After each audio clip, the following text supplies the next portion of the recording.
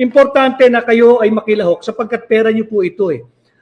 Binabasag natin yung paglihis ng Malacanang dito sa ebidensyang ipinakita ni Pangulong Duterte. Wala pong fake news dito. Ito po ang linaw-linaw, kay linaw-linaw. Blanco, ang daming blanco ng final report ng Bicameral Conference Committee. Uulitin ko, napakahalagang dokumento po nito sapagkat ito ang nagiging pundasyon ng final form ng budget. Ito po yung ginagawang General Appropriations Bill at pag ito ho ay pinirmahan na ng Pangulo ng Pilipinas kahit unconstitutional, immoral, unlawful, defective, ito po'y nagiging GAA, yung General Appropriations Act. Kay Mosimo, Attorney Vic, bakit po tahimik ang mga senador at ibang congressman sa issue na to? Yun din ho ang ating pinupunto dito sa ating ginagawang pakikipag-ugnayan diretso sa inyo. Kinakailangan malinaw tayo. Ang punto rito ay yung Vice-Cam report. Itong Vice-Cam report, pero ang sumagot at galit na galit ay ang Malacanang. Tinawag pong fake news ito. Paano naging fake news ito? Ang dapat sumagot dito, yung mga miyembro ng Kongreso at Senado. Ang dapat sumasagot dito, yung mga nakapirma rito. Ang dami po niyan, pinakita ko sa inyo yung pangalan. Sila ang dapat nagpapaliwanag. Kagulat-gulat, katangi-tangi, ang nagsasalita ay ang Malacanang, ang tanggapan ng Pangulo. Pupunta ho tayo, may tanong ho rito. Pupunta tayo mamaya doon sa sinabing layar. Ito, babasagin ho natin yung pagsisinungaling ng Malacanang at pagpapakalat ng fake news. At yan po, unconstitutional na nakikialam ang Bicameral Conference Committee.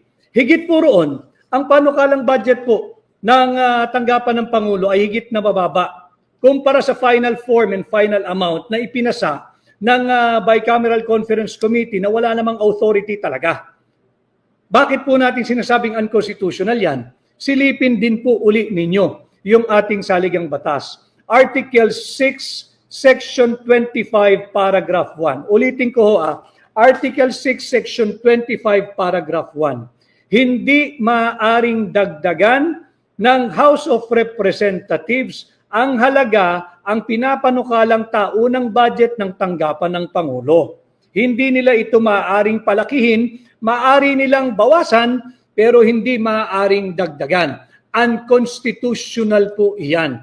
At ulit, dito po sa 2025 unconstitutional budget, pangalawang basihan kung bakit po unconstitutional. Higit pong lumobo, bumukol yung panukalang budget ng tanggapan ng Pangulo nung ito po ay dumaan na sa Vice-Cam.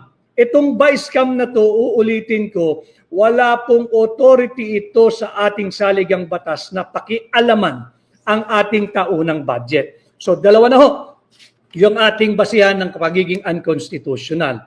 Ito naman po, pag-usapan natin, yung sinasabing nagsisinungaling. Sino po ang sinungaling? Blanco po iyan eh. Malinaw po, blanco po yan. Oh. Ito po yung mga pumirma. Yan po yung mga pumirma. Blanco po ito.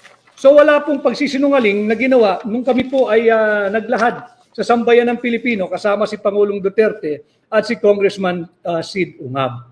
Para lang po sa kaalaman ng sambayan ng Pilipino, si Congressman Sid Ungab ng Davao ay isang veteranong mambabatas.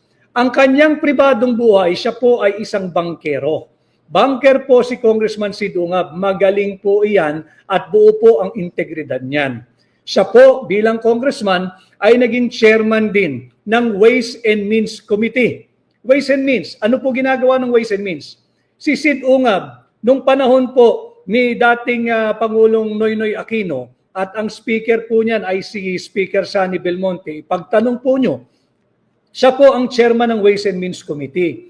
Siya po yung nagpasa ng batas na binubuwisan yung mga sin products, yung tobacco, yung sigarilyo, yung alcohol, at yung tinatawag nating mga produktong gumagamit ng mga sweetener or sweetened beverages and sweetened products. Bakit po importante nating masabi yun? Because that is a landmark piece of legislation dahil yung pera po, yung revenue na kinikita ng gobyerno mula dyan sa excise tax on tobacco, on alcohol, on sweetened food and beverages, yan po yung nagpopondo automatically sa tinatawag nating Universal Healthcare Law o mas kilala doon sa PhilHealth na siniro po ng Marcos administration ngayong taon. Yan po ang expertise ni Congressman Sid Ungab. At bukod po dyan, siya po ay nagsilbing minsan bilang Vice Chairman ng Committee on Appropriation. So maalam talaga ito pagdating sa proseso ng budgeting. At higit sa lahat, si Congressman Sid Ungab ay 2 beses naging chairman ng Committee on Appropriation. Matinong tao po ito, marangal na tao po ito. At alam niya yung kanyang mga sinasabi at alam niya ang patakaran pagdating sa tamang proseso ng paglimbag ng budget. Hindi kagaya ng member po ng Vice-Cam. Ayan oo, blanco, pirmado. Magsaliksik po yung ibang nating kababayan. Malinaw po dyan. Pagka-enroll bill, ibig sabihin, tapos na po yun eh. Ito na yung final form, ito na po yung naging basihan ng GAB, yung General Appropriations Bill.